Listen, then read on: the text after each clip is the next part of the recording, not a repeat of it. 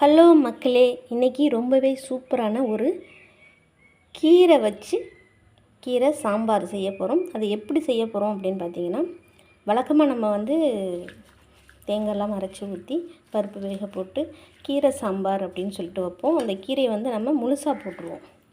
ஆனால் இன்றைக்கி நம்ம எப்படி செய்ய போகிறோம் அப்படின்னு பார்த்தீங்கன்னா, இதை அரைச்சி செய்ய போகிறோம்.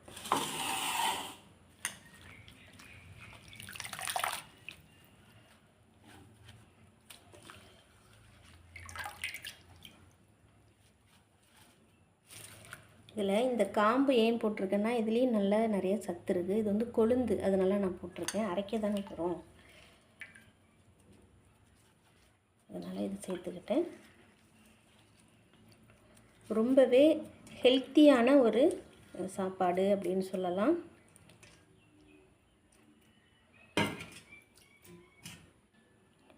இதில் கொஞ்சம் நான் சீரகம் சேர்த்துக்கிறேன். அரைச்சி எடுத்துக்கலாம். அரைச்சி எடுத்தாச்சு. நான் தண்ணி ஊற்றி தான் அரைச்சேன். இப்போ நாம் தாளிச்சுக்கலாம். தேவையான எண்ணெய் விட்டுக்குவோம்.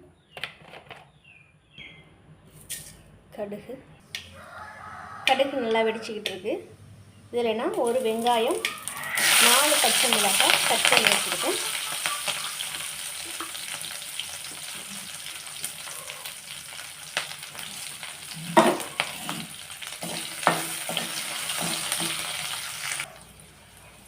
கருவேப்பிலை, 2 தக்காளி கட் பண்ணி வச்சுருக்கேன், அதையும் சேர்த்துக்கலாம்.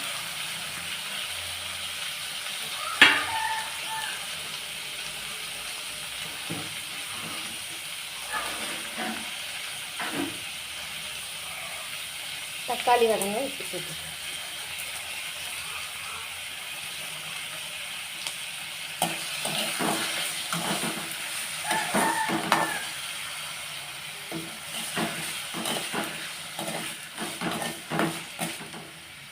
நல்லா வதங்கட்டும்.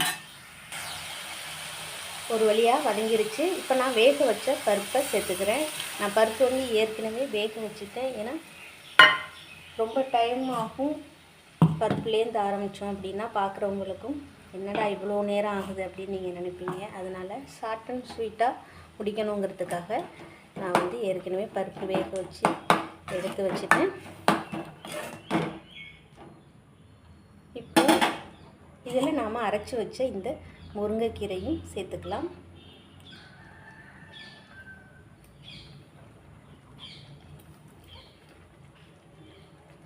இந்த ஐடியா எப்படி வந்துச்சு அப்படின்னு பார்த்தீங்கன்னா, நான் சென்னையில் ஒரு ஹாஸ்டலில் தங்கியிருந்தேன். அங்கே சமைக்கிற அக்கா ஒருத்தவங்க இந்த மாதிரி கீரை சாம்பார் அப்படின்னு சொல்லிட்டு வச்சுருந்தாங்க. எனக்கு அதை பார்க்கும்போது புதுசாக இருந்துச்சு. ஏன்னா நான் தஞ்சை மாவட்டத்துலேருந்து போயிருக்கேன்.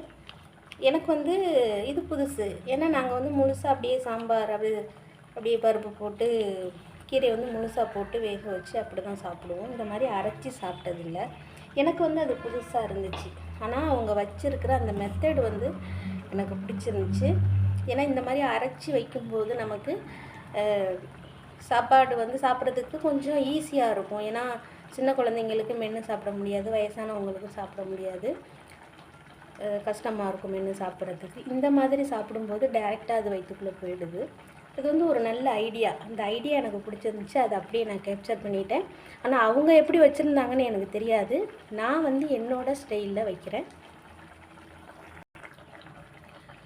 கொஞ்சம் காரத்துக்கு நான் மிளகாய்த்தூள் சேர்க்குறேன். ரொம்ப கிடையாது, கொஞ்சம் தான். ஏன்னா நம்ம ஏற்கனவே மிளகாய்த்தூள் பச்சை மிளகாய் சேர்க்குறதுக்கு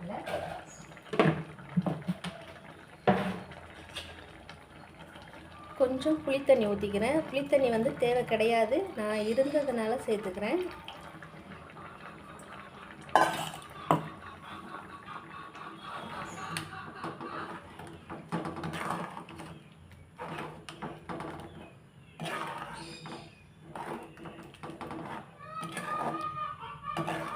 இதை செஞ்சு சாப்பிட்டு பாருங்கள். உண்மையிலே ரொம்ப நல்லாயிருக்கும். பார்க்குறதுக்கு சட்னி மாதிரி இருக்குது. எனக்கும் பார்க்கும்போது இது என்ன இப்படி இருக்குது பச்சையா அப்படின்னு சொல்லிட்டு ஒரு மாதிரி முகம் சுளித்தேன். எனக்கு அப்போதைக்கு அது பிடிக்கல. அவங்க வந்து என்ன அவங்க வச்சுருந்த டேஸ்ட் வந்து கொஞ்சம் வேறு மாதிரி இருந்துச்சு. அதுக்கப்புறம் நான் வந்து இதை நான் அடிக்கடி வீட்டில் செய்ய ஆரம்பிச்சிட்டேன். ஆனால் இப்போ தான் உங்களுக்கு வந்து நான் இதை சொல்கிறேன்.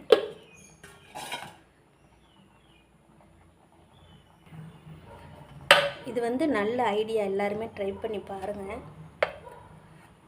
குழந்தைங்கள்லாம் மேக்ஸிமம் வந்து அதை மென்று சாப்பிட மாட்டாங்க. ஏன்னா கொஞ்சம் அது வந்து கடினமாக இருக்கும் சாப்பிட்றதுக்கு. அதனால் வந்து சாப்பிட்றதுக்கு யோசிச்சுக்கிட்டு வேண்டான்னு சொல்லிடுவாங்க. வயசானவங்களுக்கு பல் வந்து சாப்பிட முடியாது.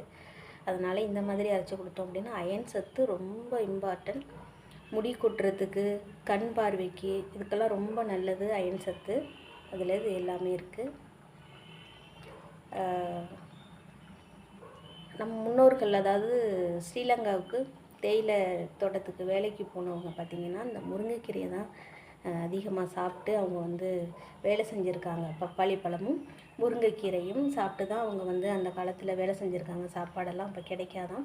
அந்த சமயத்தில் இந்த முருங்கைக்கீரை தான் அவங்களுக்கு ரொம்ப பயனுள்ளதாக இருந்திருக்கு. அதனால தான் அவங்க வந்து அந்த சத்தில் தான் அவங்க வேலை பார்க்க முடிஞ்சிருக்கு. ஆனால் இப்போ தான் நாம் வந்து அதை சேர்த்துக்கிறது இல்லை. பெரும்பாலும் நிறைய இடங்களில் கிடைக்கிறதும் இல்லை. முன்னாடி கிராமங்களில் ஒரு வீட்டுக்கும் பின்னாடி இந்த முருங்கை மரம் இருந்துச்சு. இப்போ தான் அது இல்லாமல் போயிடுச்சு. கிடைக்கும்போது நம்ம அதை வந்து பயன்படுத்திக்குவோம். கிடைக்கலன்னா கூட கடையில் விற்கும், வாங்கி சாப்பிடுங்க, ரொம்ப நல்லது.